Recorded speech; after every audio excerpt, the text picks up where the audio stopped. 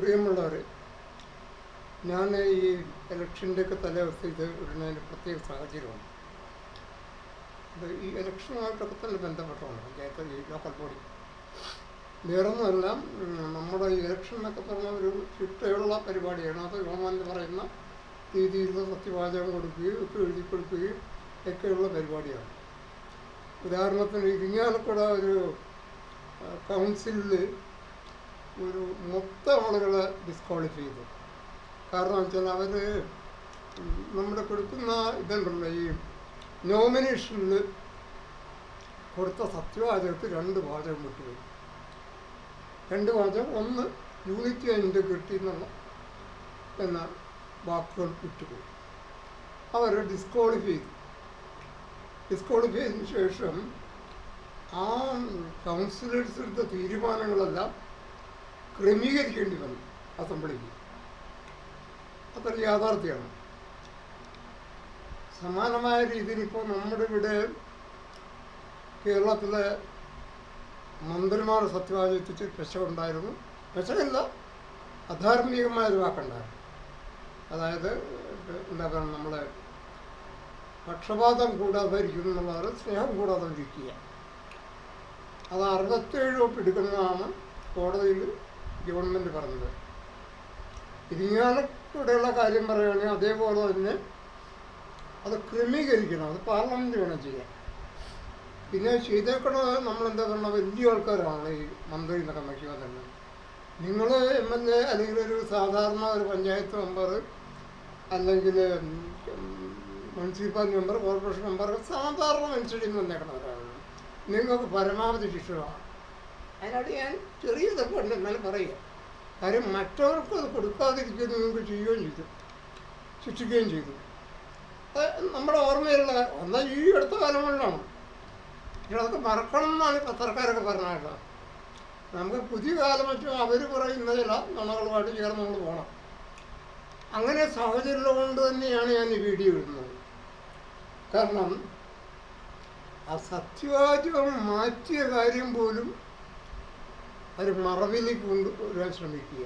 അതിന് ഏറ്റവും വലിയ ഉദാഹരണം എന്ന് പറഞ്ഞത് ഈ പറഞ്ഞ പീരീഡിലെ ഭരണം 67 തൊട്ട് പിന്നെ 2004 ഉമ്മൻചാണ്ടി അധികാരത്തിൽ വന്നപ്പോഴാണ് കൃത്യമായ സത്യവാചകം എടുത്തത്. പക്ഷപാതം കൂടാതെ ആക്കി അദ്ദേഹം സ്നേഹം കൂടാതെ മാറ്റി. സ്നേഹം കൂടാതെ ഇരിക്കുമെന്ന് നിർബന്ധത്തിൽ ചെയ്യുന്നതൊക്കെ ആയിരിക്കും.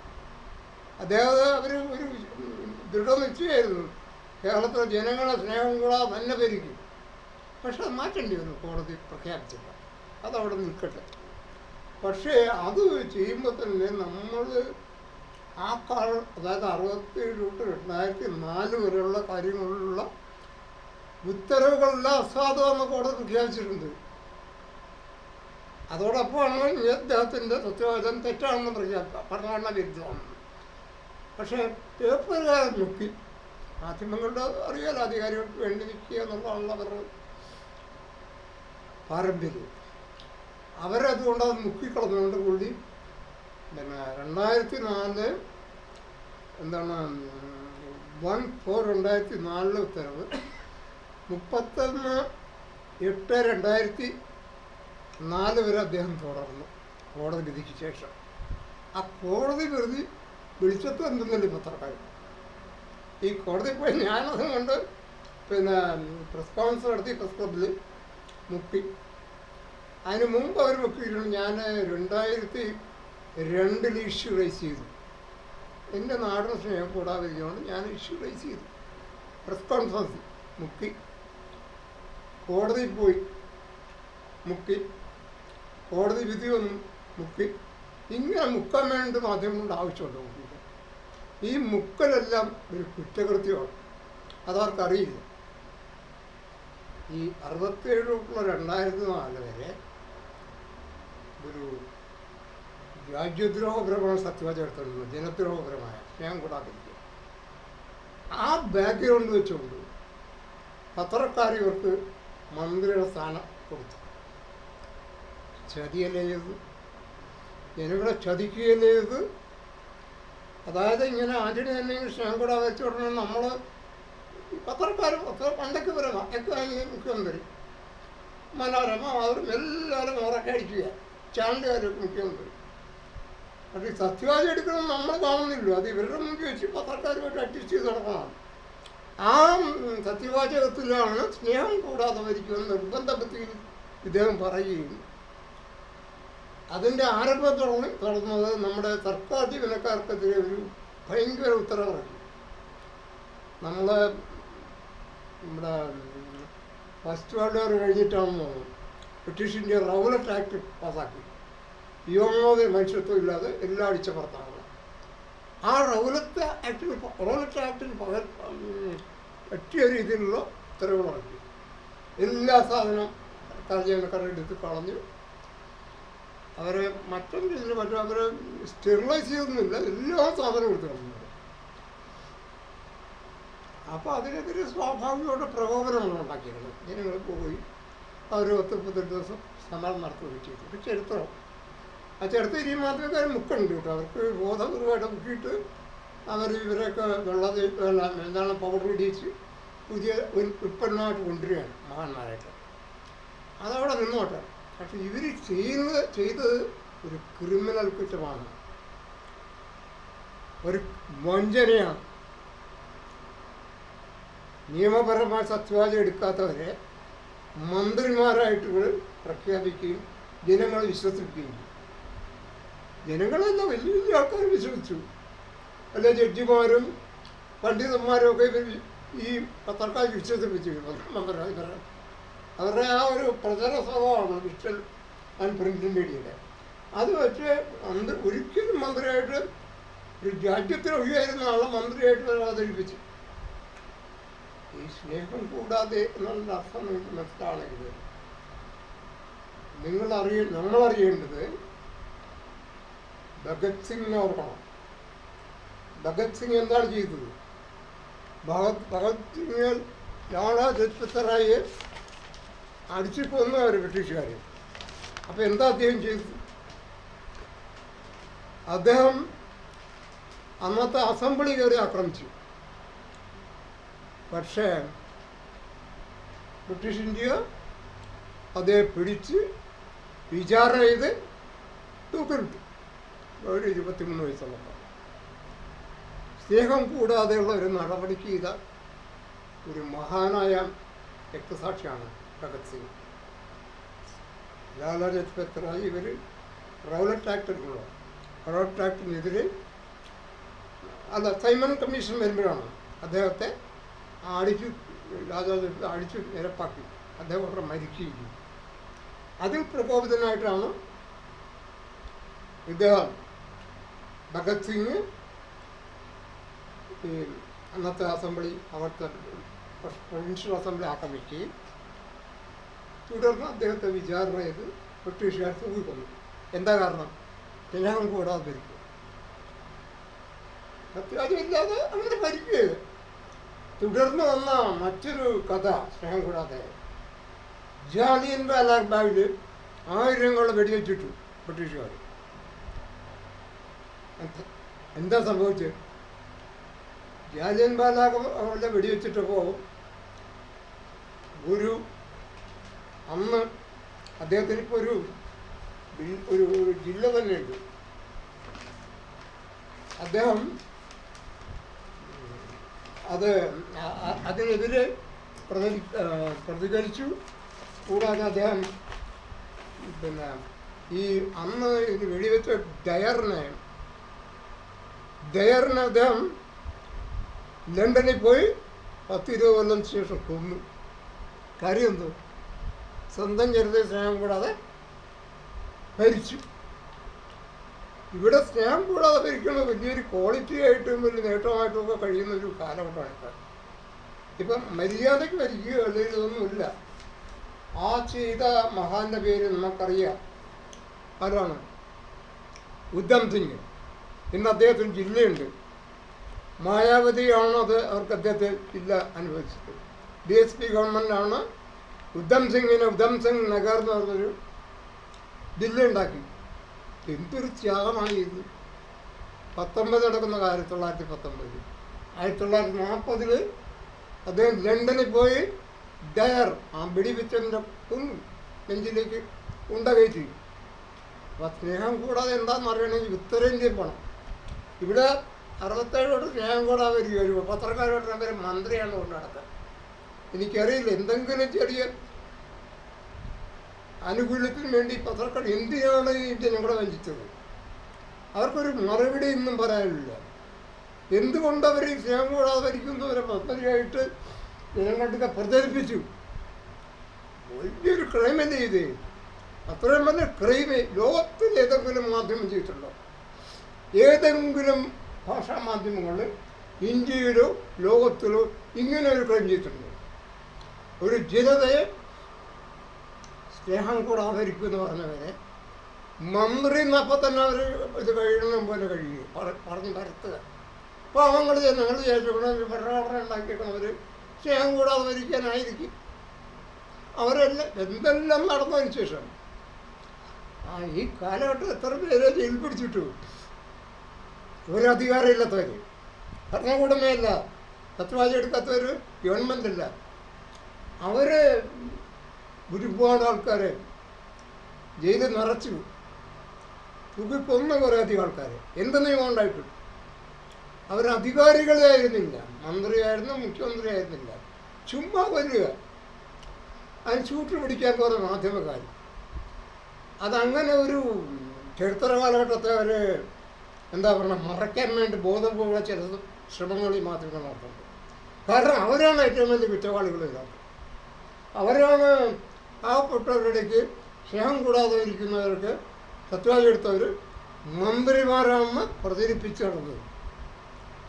ആ പ്രചാരകരിപ്പം ശമ്പ മാത്രമല്ല, ഈ സത്യവാചകം മാറ്റിയതിൽ ഏറ്റവും ദേഷ്യമുള്ളവർക്ക് അവർക്കാണ്. കാരണം അവർ പഠിച്ചു വിട്ടപ്പോൾ സത്യവാചകം അവരാണ് കൊണ്ട് എല്ലായിടത്തും സ്നേഹം കൂടാതെ ഇരിക്കാന്നവർ മുഖ്യമന്ത്രിയാന്നൊക്കെ പറഞ്ഞ് ഞാനും വിശ്വസിച്ചു കേട്ടോ. പിന്നെ കുറേ കഴിഞ്ഞപ്പോൾ തട്ടിപ്പാണെന്ന്.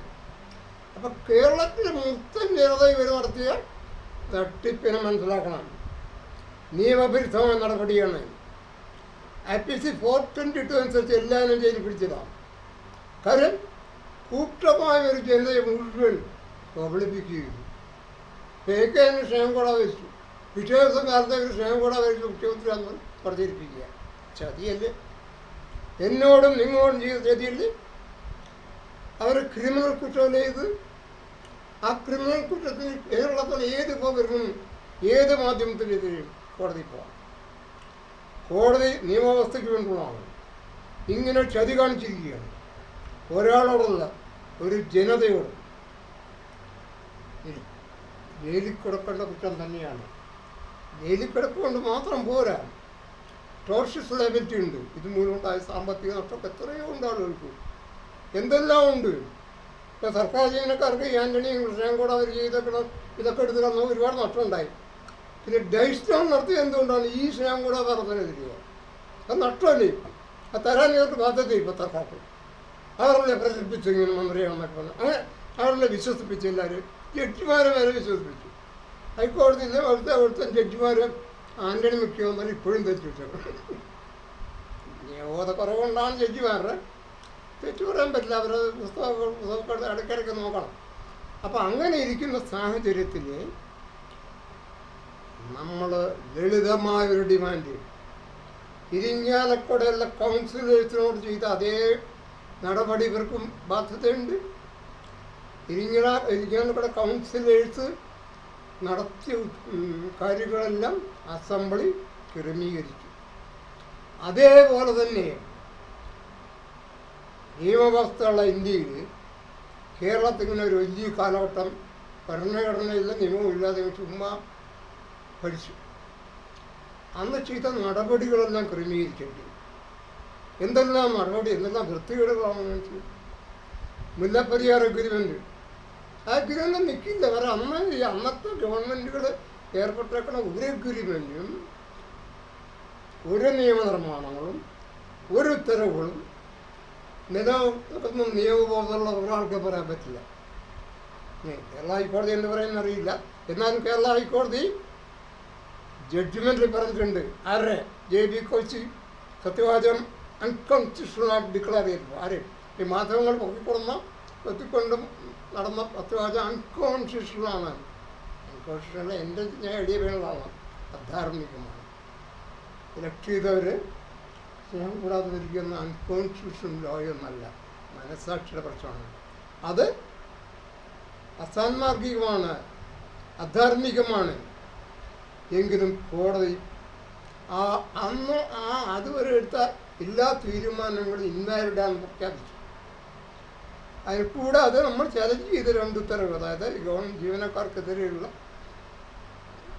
ഉത്തരവുകളും സമരത്ത് ഡെയ്സ്റ്റോൺ ഏർപ്പെടുത്തിയ ഉത്തരവും പിന്നെ കോടതി പറഞ്ഞു ഇത് 2 പിൻവലിച്ചു എന്നുള്ളതിലേക്ക് ഇതിൽ ഞങ്ങളൊന്നും ചെയ്യുന്നില്ല. പക്ഷേ എല്ലാ ഉത്തരവും അസാധുവാണ്. ആ ഒരു വാക്കോടെ കിടക്കുമ്പോൾ അതിൽ ഗവൺമെൻറ് അപ്പീൽ പോയിട്ടില്ല. ഒരു ഡിവിഷൻ ബെഞ്ചിൻ്റെ നിലപാടാണ് പറഞ്ഞത്. ഡിവിഷൻ ബെഞ്ചിൽ സുപ്രീം കോടതി പോയാലും നിയമബോധമുള്ള ആൾ പറയും ആ പിരീഡിലുള്ള ഒരു ഉത്തരവും ഒരു നിയമനിർമ്മാണവും ഒരു അഗ്രിമെൻറ്റും ഒരു കോൺട്രാക്റ്റും നിയമാനുസൃതമല്ല. അത് പറയുമ്പോൾ അതിൽ പരിഹാരം ഉണ്ടാക്കണ്ടേ? അത് ഈ ഉണ്ടാക്കിക്കൊണ്ട് തന്നെ പത്രക്കാരനോട് ചോദിച്ചാൽ അവർ കഴിയുമ്പോൾ എന്താ ഇത് നമ്മളെ സംശയം മെമ്മോറെന്ന് കൊടുത്തു. ഞാൻ ജോയിൻറ്റ് സെക്രട്ടറിയായുള്ള അഡ്വക്കേറ്റ് ഫോർ ജസ്റ്റിസ് നമ്മുടെ പഴയ ഗവർണർക്ക് കൊടുത്തു. അങ്ങേരെന്തോ മണ്ടത്തരം എഴുതാൻ കൊടുത്തു. അത് സ്വീകാര്യമില്ലാത്ത പുതിയ ആൾ കൊടുത്തു. പുതിയ അദ്ദേഹം ചീഫ് സെക്രട്ടറിക്ക് അയച്ചിരിക്കുകയാണ്. അത് നിങ്ങളെ അറിയിക്കാൻ മാർഗ്ഗമില്ല, പത്രക്കാരെ കൊടുക്കില്ലല്ലോ. അപ്പോൾ എൻ്റെ ഈ ചാനലിൽ കൂടെ എനിക്ക് പറയാൻ പറ്റുള്ളൂ. അത് ചീഫ് സെക്രട്ടറിക്ക് പരിശോധിക്കാൻ പറഞ്ഞു വിട്ടിരിക്കുകയാണ്. അത് ക്രമീകരിക്കണ്ടേ? ഒരു നിയമവാഴ്ച നമുക്ക് വേണ്ടി. നിയമവാഴ്ച ഇല്ലാതെ എന്താണ് ഉള്ളത്? കോടതിയും ജയിലും ഒക്കെ നിയമവാഴ്ചയ്ക്കാണല്ലോ. പക്ഷേ ഏറ്റവും വലിയ നിയമം ഇവിടെ ഇല്ലെങ്കിലും ഭരണഘടന, പിന്നെ എന്ത് നിയമവാഴ്ചയാണുള്ളത്? എന്ത് കോടതിയാണുള്ളത്? എന്ത് ജയിലാണുള്ളത്? അപ്പോൾ വെറും പാവങ്ങളെ പിടിച്ചു വെല്ലിടാനും തൂക്കിക്കൊല്ലാനും ഒക്കെയാണ് നിയമവാഴ്ച ഉദ്ദേശിക്കുന്നത്. അടിസ്ഥാനപരമായ നിയമം ഇല്ല, ഭരണഘടന ഇല്ല. അത്തരം കാര്യം ആ കാലഘട്ടത്തിലുള്ള നടപടികളും ശിക്ഷകളും എന്താ പറയുക പ്രോസിക്യൂഷനൊക്കെ എങ്ങനെ നിലനിൽക്കുമെന്നാണ് പറയുന്നത്. അതോ പാവങ്ങൾക്ക് ഇത്രയൊക്കെ മതി നിയമം? ഞങ്ങൾ സമ്പന്നർക്കുള്ളതാണ് ഭരണഘടന നിയമം, നിങ്ങൾക്ക് എന്ത് കാര്യം? നിങ്ങൾക്കിവിടെ എന്ത് കാര്യം ഇന്ത്യയിൽ എന്ന രീതിയിലാണ് ഈ പത്രക്കാർ കാണുന്നത്. പത്രക്കാരാണ് ശരിയായ കൾപ്പിച്ചത്. അവരാണ് അവർ കൂട്ടുവെന്ന് അവർക്ക് എന്തെങ്കിലുമൊക്കെ കിട്ടും, ലെഫ്റ്റ് ഓവർ എന്തെങ്കിലും കിട്ടി അതുങ്ങൾ ജീവിക്കുക. അല്ല അവർക്ക് കൃത്യമായ ഒരു വാർത്ത അറിയിക്കും. അല്ലെങ്കിൽ ഞാനിപ്പോൾ അടുത്ത ഉത്തരവാദിത്തമുള്ള കാര്യമാണ്, അത് കൊടുത്തിട്ട് അവർ മുക്കി. ഒറ്റ മാധ്യമങ്ങളുള്ള വിഷ്വൽ മീഡിയ വിടണില്ല. അപ്പോൾ അത് എന്താണ് ഇവരുടെ ഉദ്ദേശം? സർക്കാർ ഉദ്ദേശം എന്താണ്? വെറും ആഹാരം കഴിക്കുക എന്ന് മാത്രമാണോ അതോ അതൊരു സർവീസാണോ ചെയ്യുന്നത്? ജനങ്ങളെ അറിയിക്കുക ഉത്തരവാദിത്തമുള്ള കാര്യങ്ങൾ. ഞാൻ ഉത്തരവാദിത്തമില്ലാത്ത ഒരു കാര്യം അവർ കൊടുത്തിട്ടില്ല. ഏറ്റവും റെസ്പോൺസിബിൾ സിറ്റിസൺ എന്നുള്ള നിലയ്ക്ക് നമ്മൾ സത്യവാചകം മാറ്റിച്ചു. അതിന് ശേഷമുള്ള എൻ്റെ ഉത്തരവാദിത്തം തന്നെയാണ് ആ പീരീഡ് ക്രമീകരിക്കുക എന്ന് പറയുന്നത്. അല്ല ചരിത്രത്തിനോട് ഇയാൾ എവിടെ പോയി മാറ്റിയിരുന്നോ വെച്ചാൽ മുമ്പുള്ള ഭരണത്തെപ്പറ്റി വേണം, ഇയാൾ ഭട്ടനായിരുന്നു എന്ന് ചോദിക്കാൻ പാടില്ല. നമ്മൾ ബോധപൂർവം തന്നെ സത്യവാചകം മാറ്റിച്ചു. പക്ഷെ അതോടൊപ്പം തന്നെ എനിക്കൊരു ഉത്തരവാദിത്വമുണ്ട്. വേറൊന്നുമല്ല, ആ പീരീഡിലുള്ള എന്താണ് ആക്ഷൻസും എല്ലാം ഇന്ത്യൻ കോൺസ്റ്റിറ്റ്യൂഷനകത്ത് നിൽക്കണം. അതുകൊണ്ട് പാർലമെൻറ്റ് അത് എന്ത് ചെയ്യണം? ക്രമീകരിക്കണം. സാധൂകരിക്കാൻ പറ്റില്ല, സാധൂകരിക്കാൻ അനുവദിക്കാൻ പാടില്ല. കാര്യം സാധൂകരണം എന്ന് പറയുന്നത് ഒരു അസാർവജനിക നടപടിയെ സാധൂകരിക്കാൻ പറ്റില്ല. പിന്നെ ഇതൊരു ഫേക്ക് അസംബ്ലിയാണ് നടന്നുപോയി. അതുകൊണ്ട് അത് പാർലമെൻറ്റ് ഭൂരിപക്ഷം പാസ്സാക്കി കേരളത്തിൻ്റെ നിയമവ്യവസ്ഥ കറക്റ്റ് ചെയ്യണം. ഇത് പറയുമ്പോൾ ആരാണ് അസ്വസ്ഥരാകണം? ഈ പത്രക്കാരനാണ് അസ്വസ്ഥരാകണം.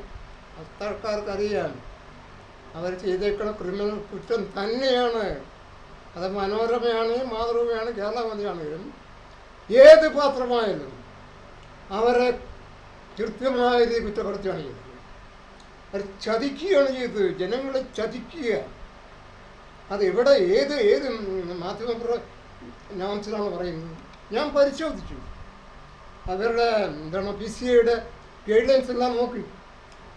പ്രസ് കൗൺസിൽ ഓഫ് ഇന്ത്യയുടെ ഗൈഡ് ലൈൻസ് പറയുന്നത് ഒരു റിപ്പോർട്ട് നമ്മൾ കറക്റ്റായിരിക്കണം, അല്ലെങ്കിൽ ജെന്യുവിനായിരിക്കണം, അല്ല തോന്നിയത് പറയാൻ പറ്റില്ല. ഈ മന്ത്രിയാകുമ്പോൾ അത്യാവശ്യമായിട്ട് എടുക്കണമെന്ന കാര്യം പറഞ്ഞ് കൃത്യമായിട്ട് എടുക്കണമെന്നുണ്ട്. ഇത് ഇവരെ കണ്ടുകൊണ്ടിരിക്കുകയും ഞാൻ കൂടാതിരിക്കുന്നു. ഇവന്മാർ കിഴങ്ങന്മാരായതുകൊണ്ട് മനഃപൂർവ്വമായിട്ട് നമ്മളെ പറ്റിച്ചാണെന്നത് ഗവേഷണം നടത്തേണ്ട കാര്യം. വെറും കിഴങ്ങന്മാരാണെങ്കിൽ അത് കിഴങ്ങന്മാരെന്ന് അത് സമ്മതിച്ചു കൊണ്ടിരിക്കണം, അപ്പം പറയണ്ടേ. അപ്പോൾ ഇത് കിഴങ്ങന്മാരാണെന്ന് ഞാൻ പറയുന്നില്ല. കാര്യം ബോധപൂർവം അവർക്ക് ചില ആനുകൂല്യങ്ങൾ പറ്റാൻ വേണ്ടിയിട്ട് ഇങ്ങനെ ചെയ്തുകൊണ്ടിരിക്കുകയാണ്. അപ്പം ഇവരെ ക്രിമിനൽ കേസിൽ പെടുത്തുന്ന എനിക്ക് ബോധമാക്കുന്നത് ഇനി ആർക്കെങ്കിലും ഉണ്ടെങ്കിൽ എനിക്ക് എതിർപ്പില്ല കേട്ടോ. ഓരോരുത്തർ നിലപാടാണ്. അതായത് ക്രിമിനൽ കുറ്റം തന്നെയാണ്. ഏത് വക്കീലിന് പറയാൻ പറ്റും, ഏത് ജഡ്ജിക്ക് പറയാൻ പറ്റും? ഒരു ജനതയെ മൊത്തമായിട്ട് കബളിപ്പിക്കുക, ഒരു ജനതയെ മൊത്തമായിട്ട് കബളിപ്പിക്കുക. ഇപ്പോൾ നമ്മൾ ക്രമീകരിക്കാൻ വരുമ്പോൾ വീണ്ടും പുറത്തു വരുന്ന അവർ മുക്കുക. അപ്പം ഞാൻ ഈ ക്രമീകരിക്കാവുന്ന ന്യൂസ് എന്തുകൊണ്ട് ഇട്ടില്ല എന്ന് ഞാൻ അന്വേഷിച്ചപ്പോഴാണ്. അതുകൊണ്ട് വീണ്ടും മറ്റത് വരുമില്ല, ഇവന്മാർ ചെയ്ത കുറ്റകൃത്യം വീണ്ടും വെടി വരുമല്ലോ. അതുകൊണ്ട് അവർ ബോധപൂർവമായിട്ട് അത് മുക്കി. അപ്പോൾ അങ്ങനെ ഒരു പ്രക്രിയ നിൽക്കുമ്പോൾ ഇന്നത്തെ നമ്മൾ ജനാധിപത്യത്തിൻ്റെ മാർഗത്തിലുള്ളവരെ നോട്ട് ചെയ്തുകൊണ്ടിരിക്കുകയാണ് നമ്മൾ ലോക്കൽ ബോഡീസിലൊക്കെ. നല്ലതില്ല, ജനാധിപത്യം ഇവിടെ ഉണ്ടാകണം. അപ്പോൾ എനിക്ക് എൻ്റെ അനിയന്മാരോട് മത്സരിക്കുന്ന എൻ്റെ അനുജന്മാരും ജ്യേഷ്ഠന്മാരോട് എനിക്ക് ഒരു കാര്യം പറയാനുള്ളത്. ഏറ്റവും വലിയ ലളിതമായ എൻ്റെ ഒരു ത്യാഗമുണ്ട് സിസ്റ്റേഴ്സ്, നിങ്ങളറിയണം. ബോധപൂർവമായിട്ട് 2.5 കൊല്ലം ഫൈറ്റ് ചെയ്ത് എൻ്റെ കാശ് എടുത്തുകൊണ്ടാണ് ഞാൻ ഫൈറ്റ് ചെയ്തത്. അതിലൂടെയാണ് മാറ്റിയത്. മാധ്യമത്തിന് ഒരു റോളുമില്ല. അവർ കാഴ്ചക്കാരായിരുന്നു. അവരെ മന്ത്രിമാരുടെ അവിടെയൊക്കെ പോയി എന്തെങ്കിലും കഴിച്ച് നടക്കുകയാണ്.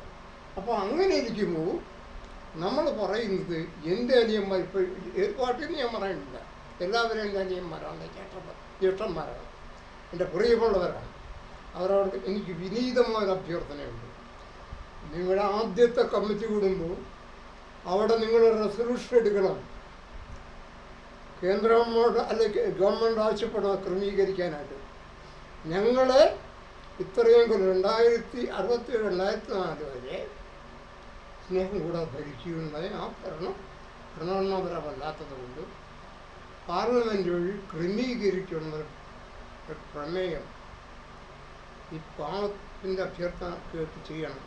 പുതുതായിട്ട് ജയിച്ചു വരുന്ന എല്ലാവർക്കും എൻ്റെ അഭിനന്ദനം. പക്ഷേ ഉത്തരവാദിത്വപരമായിട്ട് ജനാധിപത്യപരമായിട്ട് പ്രവർത്തിക്കാനുണ്ട്. എൻ്റെ അനുജന്മാരും ജ്യേഷ്ഠന്മാരും തയ്യാറാകണം. എല്ലാ അനുഗ്രഹവും നിങ്ങൾ ജയിച്ചു വരുന്ന എല്ലാവർക്കും എൻ്റെ വ്യക്തിപരാനുഭവം നിങ്ങളുടെ വിജയം കൈവരിക്കും. നിങ്ങളുടെ വിജയം ഈ നാടിൻ്റെ വിജയം. അടിസ്ഥാനപരമായ ജനാധിപത്യ രൂപങ്ങളാണ് ലോക്കൽ ബോഡീസ്.